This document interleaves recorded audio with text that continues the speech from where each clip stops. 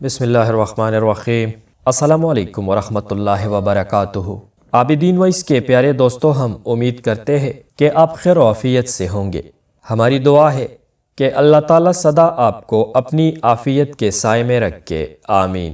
سلطان محمود غزنوی اور بیش بہا قیمتی موتی۔ ایک روز صبح کے وقت سلطان محمود نے اراکین سلطنت کی عقل و فہم کا امتحان کرنے کے لیے خزانہ شاہی سے ایک موتی نکلوایا اور سب سے پہلے وزیر کے ہاتھ میں دے کر اس سے دریافت کیا کہ یہ موتی کتنے دام میں فروخت ہوگا۔ وزیر نے عرض کیا کہ حضور، یہ موتی تو بہت ہی بیش قیمت ہے، سونے سے لدے ہوئے 200 گدوں سے بھی اس کی قیمت زیادہ ہے۔ سلطان نے کہا کہ اچھا، تو میری حکم سے اس بیش بہا موتی کو ریزہ ریزہ کر دو۔ وزیر نے عرض کیا، حضور، میں اس موتی کو ضائع نہ کروں گا، میں آپ کے خزانہ دولت کا خیر خواہ ہوں اور اس گوہر کو توڑنا بدخواہی ہوگی۔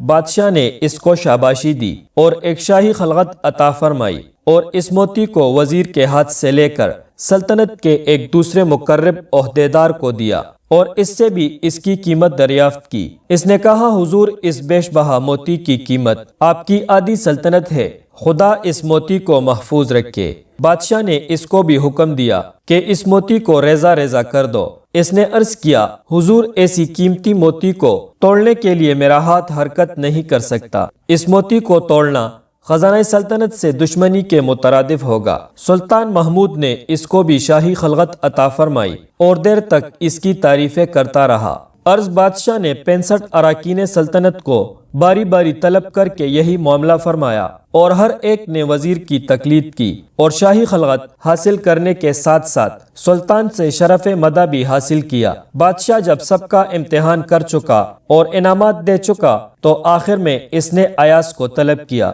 اور موتی کو اس کے ہاتھ پر رکھ کر کہا کہ اے ایاز، ہر ایک نے اس موتی کو دیکھا، تو بھی اس کی شعاؤں کو دیکھ لے اور غور کر کے بتا کہ اس کی کیا قیمت ہوگی۔ ایاز نے عرض کیا کہ حضور، جس قدر قیمت اس موتی کی عرض کروں گا، یہ موتی اس سے بھی کہیں زیادہ گرا اور بیش قیمت ہوگا۔ شاہ نے حکم دیا کہ اچھا، تو فوراً اس گوہر کو توڑ دے اور بالکل ریزہ ریزہ کر دے۔ ایاز سلطان کا مزاج شناس تھا اور سمجھ رہا تھا کہ بادشاہ اس وقت امتحان کر رہا ہے۔ سلطان کا حکم سنتے ہی اس نے گوہر بیش بہا کو چکنا چور کر دیا اور خلعت و انعامات کی ذرا بھی طمع نہ کی۔ جیسے ہی ایاز نے وہ بیش بہا موتی توڑا، تمام اراکین سلطنت نے شور برپا کر دیا اور دیوان خاص میں ایک ہنگامہ مچ گیا۔ تمام وزرائے سلطنت نے کہا کہ واللہ یہ شخص کافر ہے، یعنی ناسپاس نعمت ہے، جس نے اس پرنور محترم موتی کو توڑ دیا۔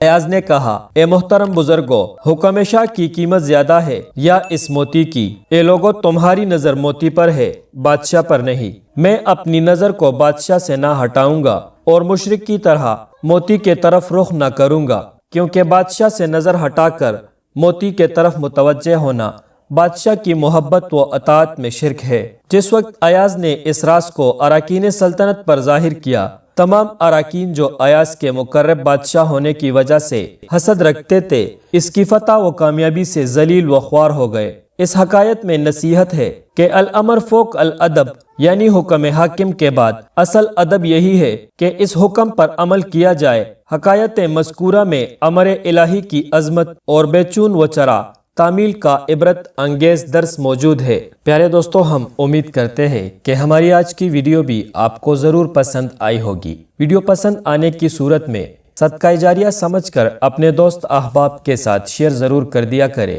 تاکہ ہم آپ کی خدمت میں مزید ایسی ویڈیوز لاتے رہے۔ مجھے دیجیے اجازت، انشاءاللہ اگلی بار ایک نئی ویڈیو کے ساتھ آپ کی خدمت میں حاضر ہوں گے۔ تب تک کے لیے اللہ حافظ والسلام۔